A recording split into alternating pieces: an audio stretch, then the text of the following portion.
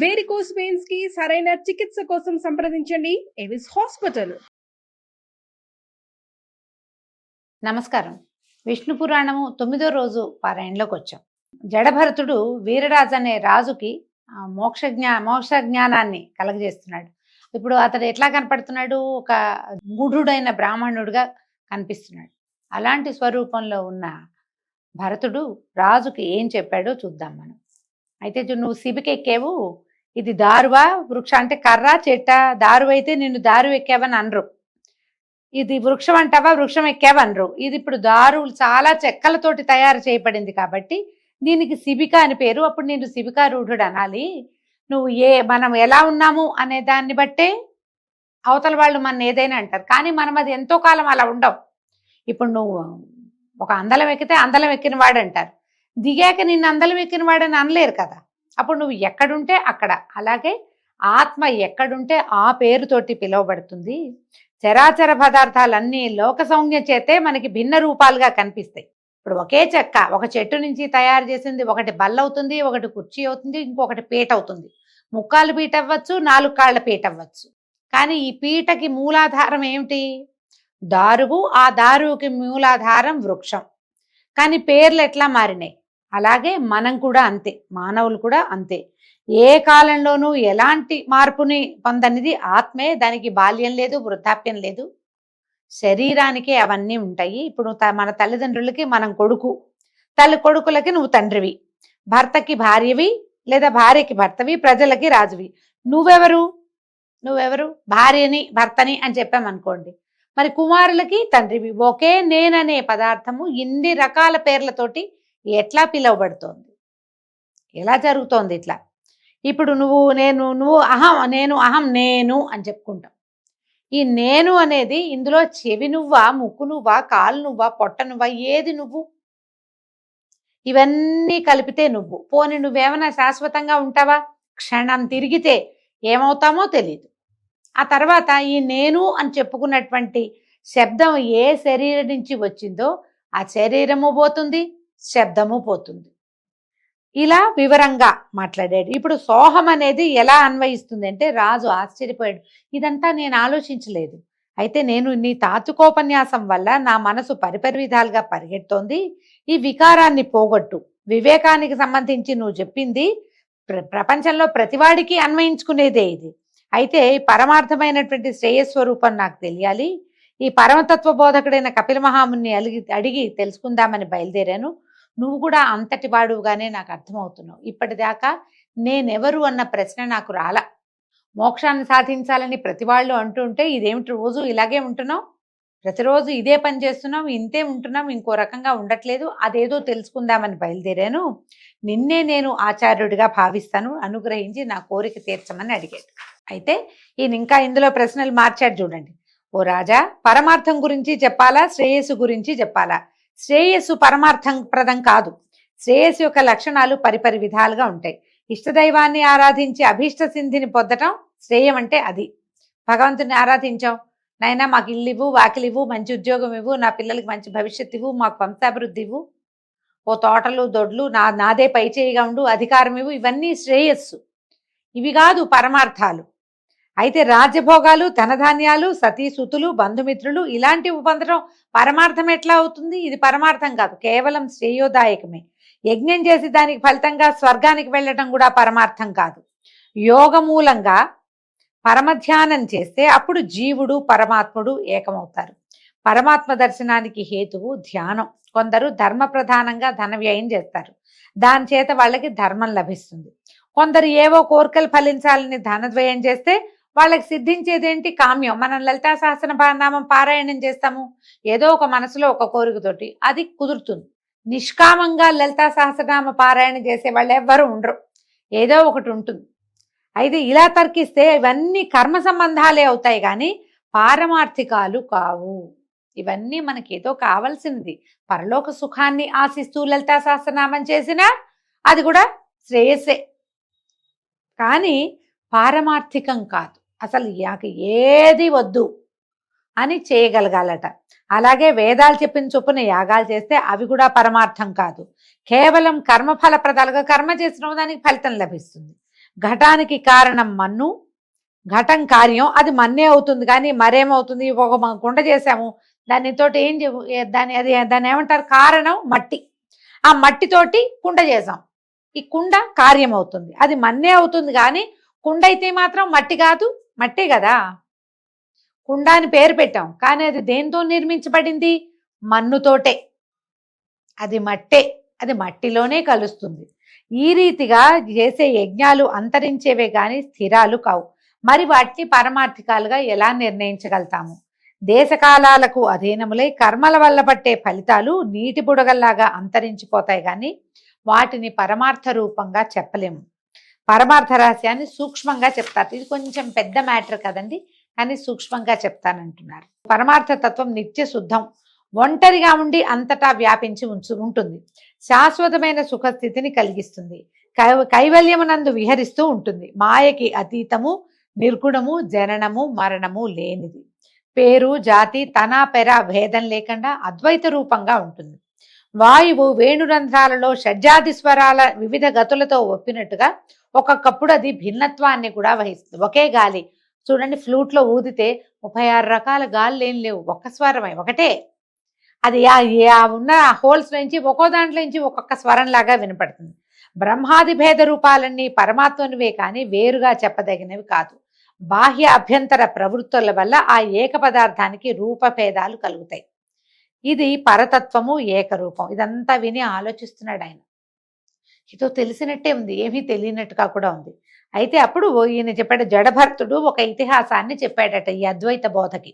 బ్రహ్మమానసపుత్రుడు రుభుడు అనే ఆయన, ఆ రుభుడు అనే మునిపుంగవుడు ఉండేవాడట. అతనికి పులస్త్యనందనుడు నిదాఘుడు అనేవాడు శిష్యుడుగా ఉండేవాడు. వాడికి అద్వైత విషయం తప్ప సమస్త సుజ్ఞాన విషయాన్ని ఉపదేశించాడట ఈ రుభుడు అనే ఆయన.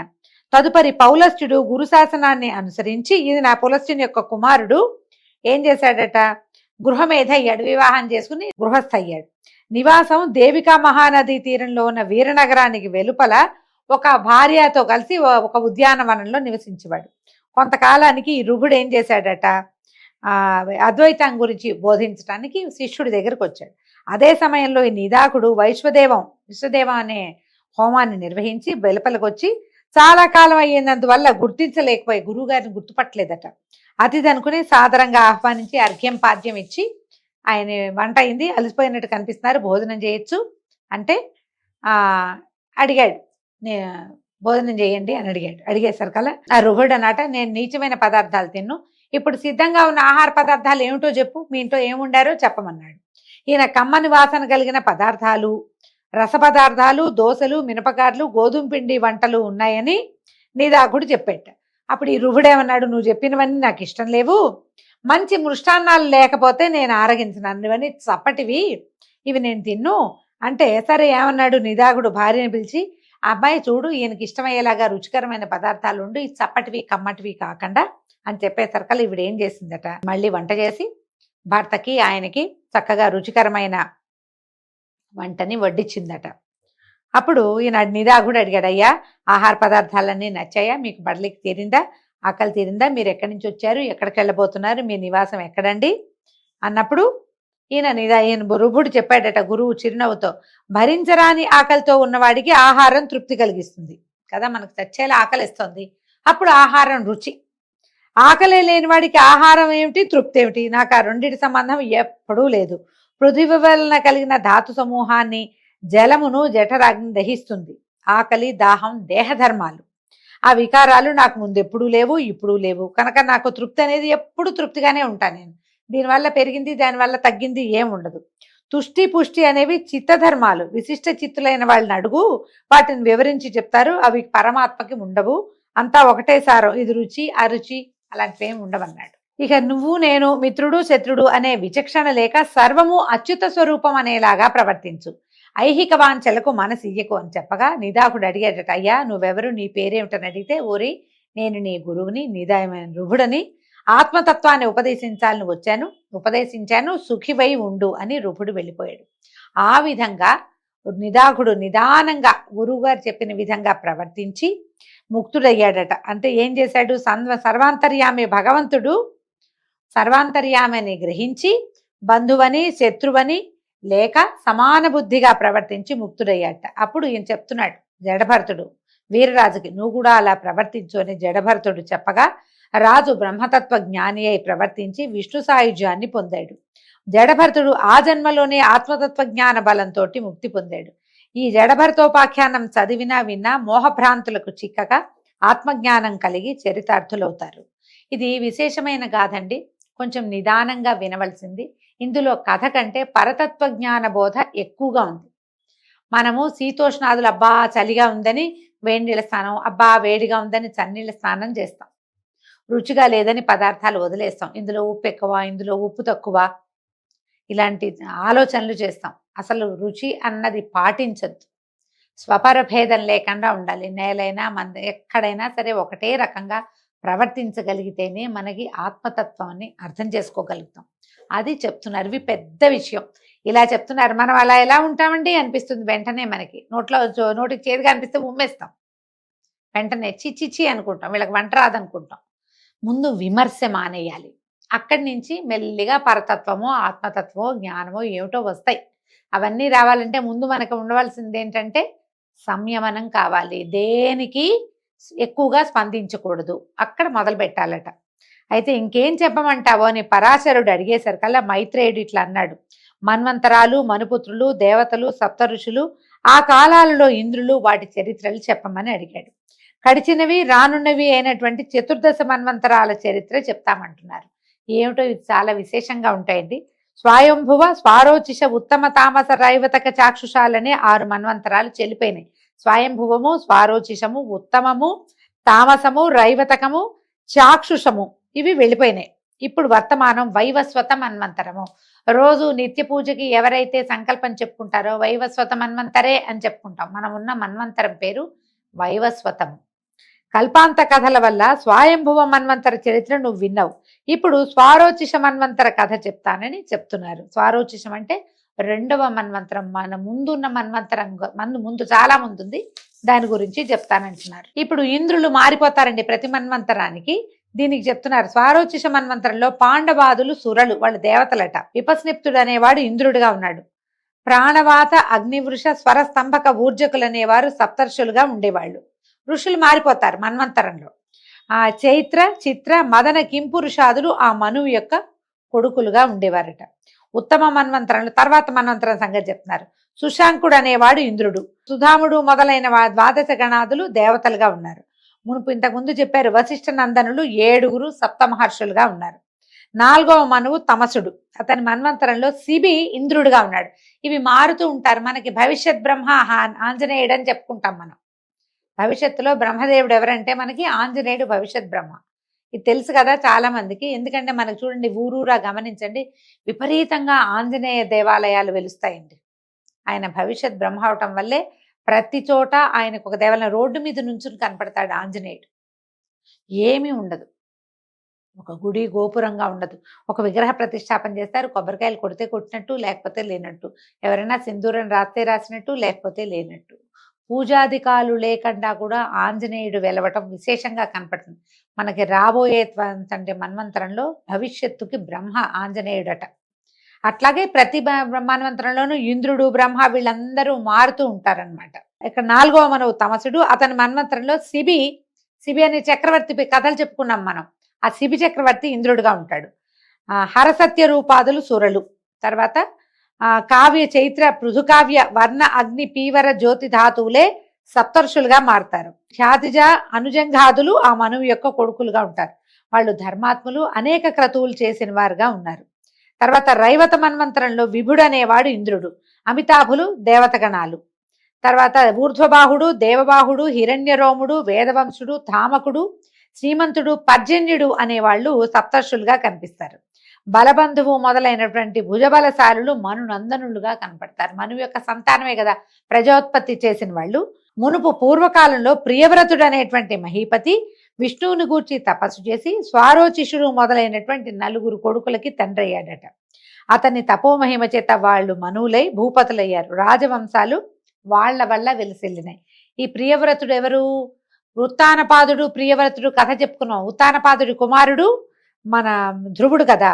ప్రియవ్రతుడు ఈ నలుగురు మనువులకి తండ్రిగా ఉన్నాడు. తర్వాత 6వదైన చాక్షుష మన్వంతరం నందు మనోజవుడు ఇంద్రుడిగా ఉన్నాడు. పృథుక రేఖాదులు దేవతలుగా ఉన్నారు. సుమేధాదులు సప్తఋషులు, పూర్వు మొదలైన వాళ్ళు ఈ మనువు యొక్క కుమారులుగా ఉన్నారట. ఇప్పుడు వర్తమాన మన్వంతరంలో ఇప్పుడు మనం దీంట్లో ఉన్నామో వైవస్వత మన్వంతరంలో ఎవరున్నారు? సూర్యనందనుడైన వైవస్వతుడు, వివస్వాన్ అని చెప్తారు సూర్యుడికి పేర్లు.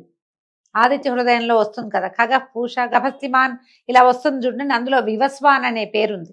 అతని కుమారుడైన వాడే వైవస్వతుడు. అతడు రాజుగా ఉన్నాడు. పురంధరుడు ఇంద్రుడు, ఆదిత్యవసురుద్రాదులు దేవతలు, గౌతముడు, జమదగ్ని, కశ్యపుడు, అత్రి, భరద్వాజుడు, వశిష్ఠుడు, విశ్వామిత్రుడు అనేవాళ్ళు సప్తర్షులుగా ఉన్నారు. ఇక్ష్వాకువు, నాభాగుడు మొదలైనటువంటి 9 మంది మనువు యొక్క కుమారులు. వాళ్ళు వేర్వేరు వంశకర్తలై అశ్వమేధాది యజ్ఞాలు నిర్విఘ్నంగా చేసి సాటి లేని బలపరాక్రమాలతోటి సిరి సంపదలతోటి రాణించారు. ఇప్పుడు మనం సప్తర్షి మండలం, ఇప్పుడు వీళ్ళు కనపడతారనమాట మనకి.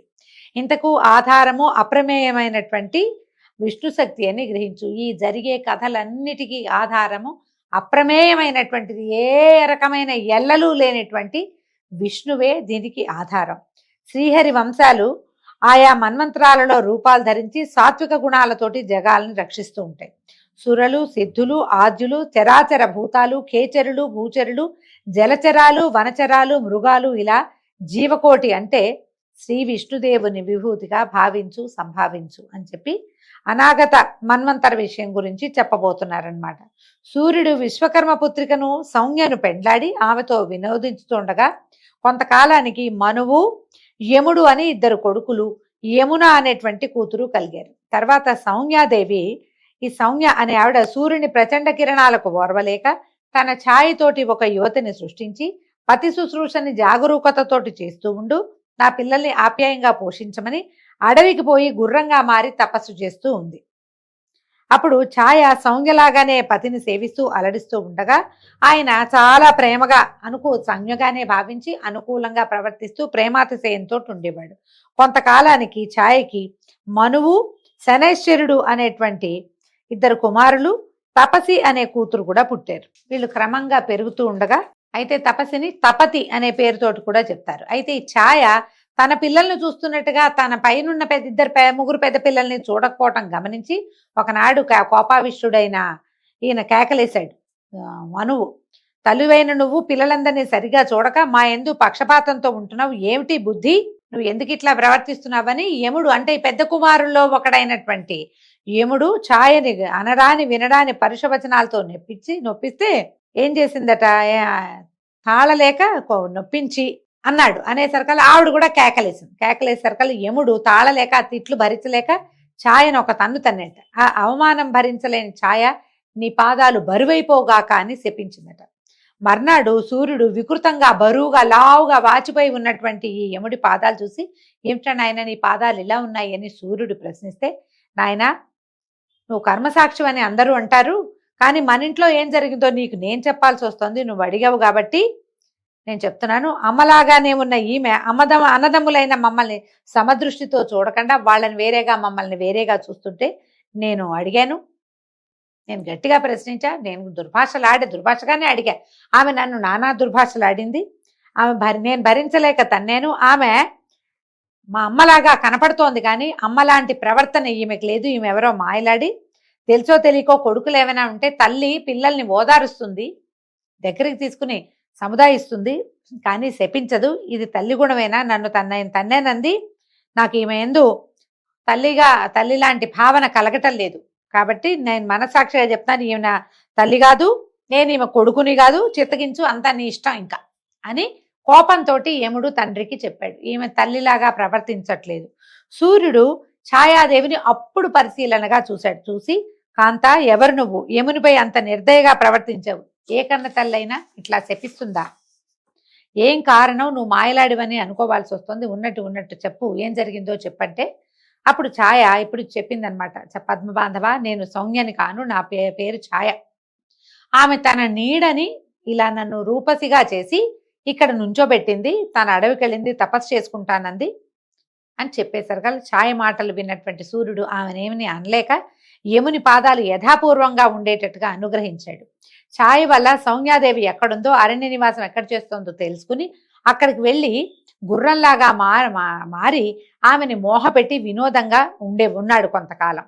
అక్కడే ఉండగా ఏమట, వీళ్ళిద్దరికీ ఈ గుర్రం రూపాలతో ఉన్నటువంటి సూర్యుడు సౌమ్యాదేవి దంపతులకి అశ్విని దేవతలు రేవంతుడు జన్మించారు.